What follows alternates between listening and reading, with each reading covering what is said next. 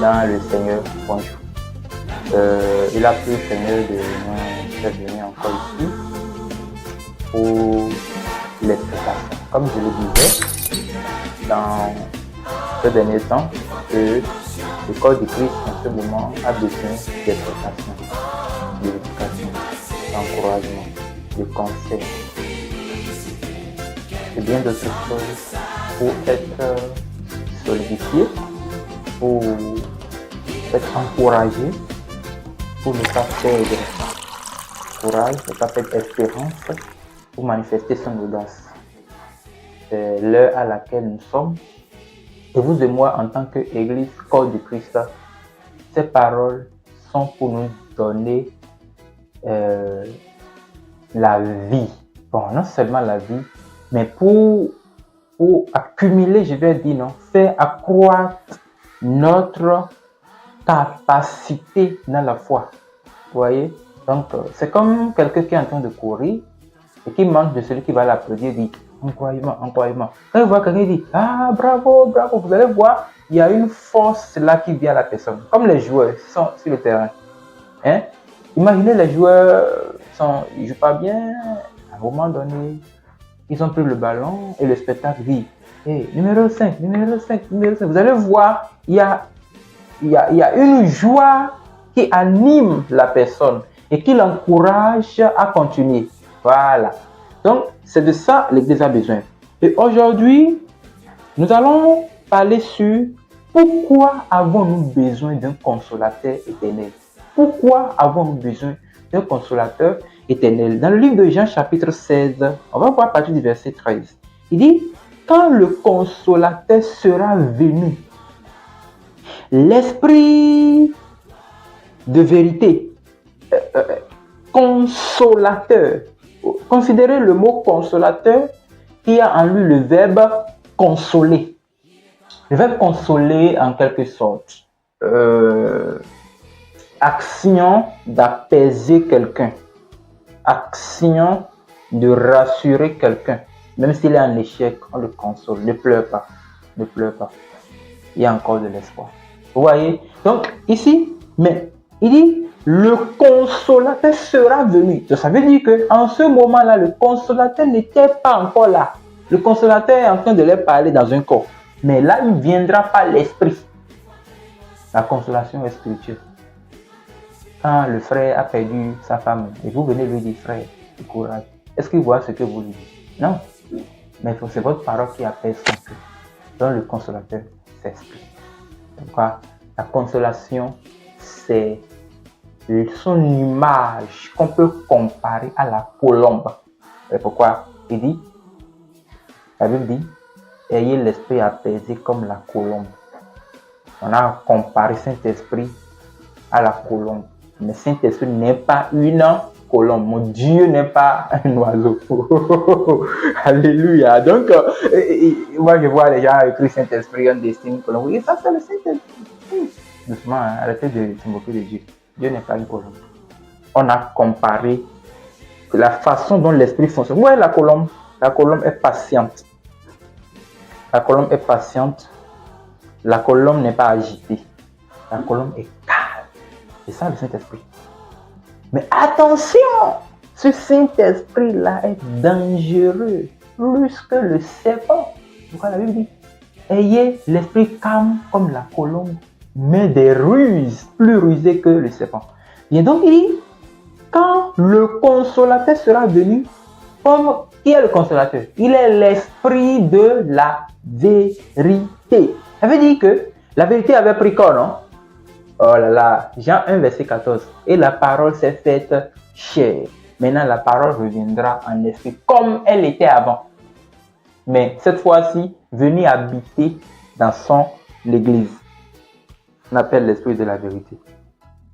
Si vous retournez un peu en haut au verset 12, il dit, j'ai encore beaucoup de choses à vous dire, mais vous ne pouvez pas les porter maintenant. C'est-à-dire, en ce moment, Jésus enseignait à ses disciples, Jésus avait des mystères, des révélations, des profondeurs, des messages, des enseignements à les transmettre. Mais désolé, les disciples n'étaient pas prêts à supporter parce que leur cœur n'était pas encore mûr. Prêt. Écoutez, hein, il y a certaines vérités, Jésus n'a pas dit ça. Parce que pourtant, il est lui-même le chemin, la vérité et la vie. Mais il n'a pas dit ça. Jésus n'a pas parlé sur l'habillement. Il a juste parlé sur une partie sur la tresse. Vous allez voir, c'est les disciples qui ont parlé sur la tresse. Jésus n'a pas parlé sur... il n'a pas précisé c'est quoi la nature charnelle. Il a juste parlé un peu à Nicodème. Mais l'apôtre Paul a précisé. Écoutez, Jésus n'a pas parlé clairement de l'antéchrist. Mais l'apôtre Paul en a parlé. L'apôtre Jean en a parlé. Vous voyez, ça veut dire que les disciples en ce moment ne pouvaient pas supporter. Mais Jésus lui revient par son esprit pour les en faire entrer dans la profondeur. Parce qu'il dit, j'ai encore beaucoup de choses. Le mot beaucoup, c'est un adverbe de quantité. Ça veut dire qu'il y a encore des tonnes de vérités que Jésus devait enseigner à ses disciples. Mais en ce moment-là, il ne pouvait pas supporter. Imaginez Pierre, hein, un Chanel qui, moins de choses là, il prend son couteau, il coupe l'oreille aux gens. On lui dit, Pierre, ta femme là doit enlever sa bague de son doigt. Pierre va dire, Seigneur, arrête ça, hein? Tu me connais bien. Bon, peut-être que c'est son maître. Il va quand même se fâcher. Jésus va encore l'appeler Satan. Quitte derrière moi. Ouais, non? Mais il n'avait pas enseigné ça en ce moment. Ça fait rire, quoi. Ou bien, Thomas qui est incroyant, hein? Jésus va dire, Thomas, là, tu ne vas pas aller au ciel. Tu ne marches pas dans la sanctification. Thomas va dire, Seigneur, pardon. Celle-là, mais je n'avais pas vu ça, il était derrière toi. Tu dis que... Alléluia. Donc, ça veut dire que en ce moment, les disciples ne pouvaient pas supporter. Je vous dirais, hein, la sainte doctrine a été enseignée aux disciples, mais ils n'avaient pas la révélation de la sainte doctrine. Mais quand l'heure a sonné, vous voyez, de façon l'apôtre Paul a parlé, de façon claire, l'apôtre Paul a expliqué, de façon claire, l'apôtre Paul a tout montré. De façon claire, l'apôtre Pierre a précisé, l'apôtre Jean a précisé, hein, les apôtres, Jude, etc. Ça veut dire que, en ce moment, l'esprit habite en eux et l'esprit les enseignait. C'est-à-dire, regardez le verset 3 dit, quand le consolateur sera venu, l'esprit de vérité, il vous conduira. Le Saint-Esprit conduit. Toi, quel esprit vous conduit? Quel esprit vous conduit? Est-ce que c'est le Saint-Esprit qui vous conduit? Parce que Saint-Esprit doit vous conduire. C'est l'esprit de la vérité. Donc, quel esprit vous conduit? Toi, tu es chrétien. Quel esprit vous conduit? Donc, pourquoi avons-nous besoin? Pourquoi le pourquoi de ce consolateur éternel? C'est qu'il nous fera comprendre toute vérité. C'est ça, il dit l'esprit de vérité. Si l'esprit de vérité en toi, tu vas prêcher la vérité. Hein? Moi, je ne suis pas étonné. Quand je vois quelqu'un prêcher le mensonge, je sais, mais on connaît qui est l'esprit du mensonge. Le père même du mensonge, Satan, Lucifer, le serpent ancien, le menteur, le voleur, le paresseux qu'on a chassé du ciel là, il joue dans la mer là-bas. C'est lui. Quand il est dans quelqu'un, hein, la personne ne peut pas déclarer la vérité. Vous voyez, non? Mais si quelqu'un a le Saint-Esprit en lui, la Bible dit, il vous conduira dans toute la vérité. Ça ne m'étonne pas. Hein? Si quelqu'un est jaloux de la vérité que vous prêchez, il va te demander. Donc toi, tu connais tout. Toi qui connais tout. Ne le regardez pas. La Bible dit ici, hein, il vous conduira dans toute la vérité. Il n'a même pas dit toute vérité. Dans toute la vérité. C'est-à-dire, il vous montrera qui est la vérité, qui est Jésus-Christ. Il vous montrera le haut, le bas. L'apôtre Paul a dit ça, non?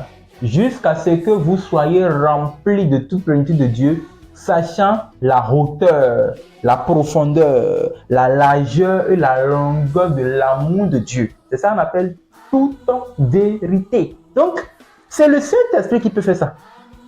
Ce n'est pas une école théologie. Non. On a besoin de ce consolateur éternel. Il sera avec nous jusqu'à la fin. C'est ce que la Bible dit. Ça ne vous étonne pas, hein? Non. Dans le livre de Matthieu, chapitre 28, verset 20, quand Jésus dit, je serai avec vous jusqu'à la fin du monde. Mais c'est lui le Saint-Esprit. Non, la Bible est trop bon, quoi. En fait, moi je vois clair. Jésus-Christ, c'est lui le Saint-Esprit. Je serai avec vous jusqu'à la fin du monde. Ou bien je m'étonne. Attendez, hein. Matthieu chapitre 28, verset 20 dit, verset 20, petit b, il dit, et voici, je suis avec vous tous les jours jusqu'à la fin du monde. Écoutez, hein. Je vais bien vous montrer ça. Dans Actes chapitre 1, verset 8, ma référence chérie, il dit, mais vous recevrez une puissance. Le Saint-Esprit survenant sur vous, vous serez mes témoins. Ah, vous entendez? Saint-Esprit viendra sur eux, mais ils seront témoins de Jésus. Donc, qui est le Saint-Esprit? Le Saint-Esprit, c'est Jésus-Christ. Ça veut dire que je viendrai sur vous par mon esprit. Et vous deviendrez mes témoins. Vous êtes témoin de l'esprit qui habite en vous. Que personne ne vous séduise. Moi, je suis témoin de l'esprit qui habite en moi. Si la colère habite en quelqu'un, il va manifester la colère, non? On va le voir comme un homme colérique. Il est témoin de la colère. Frère, si toi là, c'est la convoitise qui habite en toi, tu vas t'habiller état dépravé. Je répète, dépravé. D-E-P-R-A-V-E accent aigu. Et quand on te voit, on va voir que c'est l'esprit de dépravation des mœurs qui habite en toi. Si toi là, c'est l'esprit de folie, tu vas te porter la dîme déchirée. On va voir maintenant la folie en question en toi. Ça veut dire que tu es témoin de ce qui habite en toi. Comme les disciples avaient la vérité, l'esprit de vérité en eux. Vous ne voyez pas comment l'apôtre Pierre a prêché le jour de Pentecôte, hein? Vous pensez qu'il riait? Oh non, chers frères et sœurs, vous voyez ce que vous voyez là? Oh, c'est le Saint-Esprit. Hein? Il n'a pas dit ça, oh. L'apôtre Pierre s'est concentré. Il dit, oh frère, écoutez-moi bien, c'est Jésus-Christ que vous avez crucifié. C'est violent ce message. Un message qui a transformé 3000 âmes en quelques minutes. Pas même en une minute. Cet esprit-là habite en vous. Et vous ne pouvez pas prêcher la vérité. Cet esprit habite en toi. Et tu as honte de dire aux gens la vérité. C'est que toi-même, tu n'as pas le Saint-Esprit et tu le connais, tu n'as jamais connu la vérité. Sinon, si tu es affranchi, tu dois affranchir une autre personne. Donc, le Saint-Esprit vient dans le but de nous faire connaître toute la vérité. Et là, il dit ici, il dit, je suis toujours dans le chapitre 16, le verset 13, il dit, car il ne parlera pas de lui-même. Ça veut dire que cet esprit qui viendra n'est pas un autre esprit. C'est un langage spirituel qu'il utilise. Il ne dit pas que c'est une autre personne qui viendra et ne parlera pas. Non, c'est un langage spirituel. Il ne parlera pas de lui-même. Ça veut dire que ce n'est pas que quand c'est l'esprit qui vient, ça ne vient pas par le corps, comme moi là, que parce qu'il est venu en esprit, la parole là sera différente de ce que je vous dis. Non, écoutez bien. Je vais vous éclairer parce que nombreux ne veulent pas comprendre ce que je dis. Regardez le verset 16. Il dit, encore un peu de temps et vous ne me verrez plus. Écoutez bien, encore un peu de temps et vous ne me verrez plus. Et puis encore un peu de temps et vous me verrez. Oh là là. Oh non. C'est trop bon, Encore un peu de temps, vous ne me verrez plus. Vous savez un peu de temps là, c'est juste 10 jours. Ils ont fait. Dans la chambre haute, en train de crier, Saint-Esprit, remplis-nous. Vous ne me verrez plus.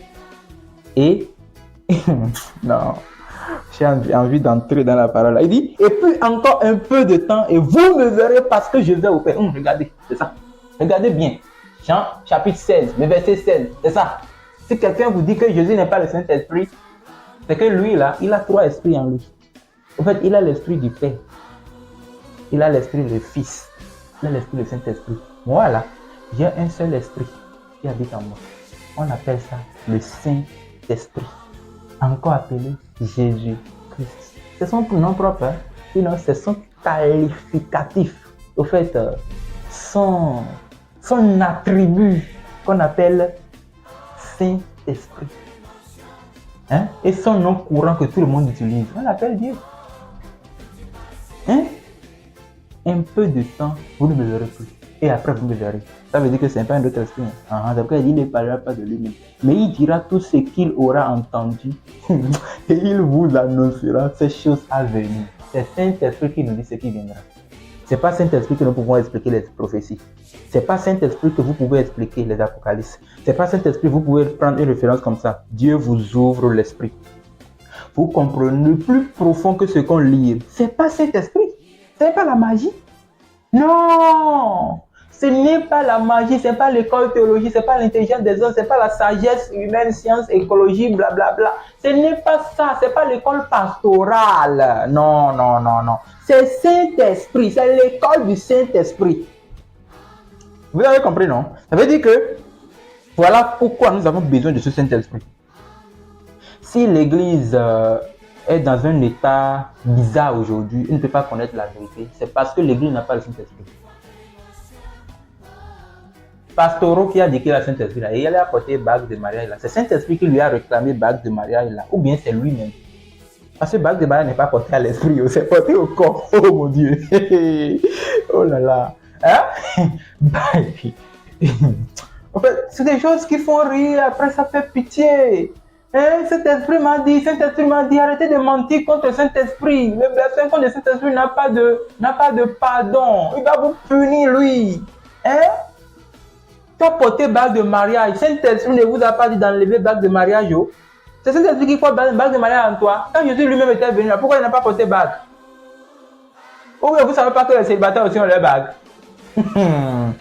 Hein? Il vous fait connaître toute la vérité. Et je vais ajouter une chose ici.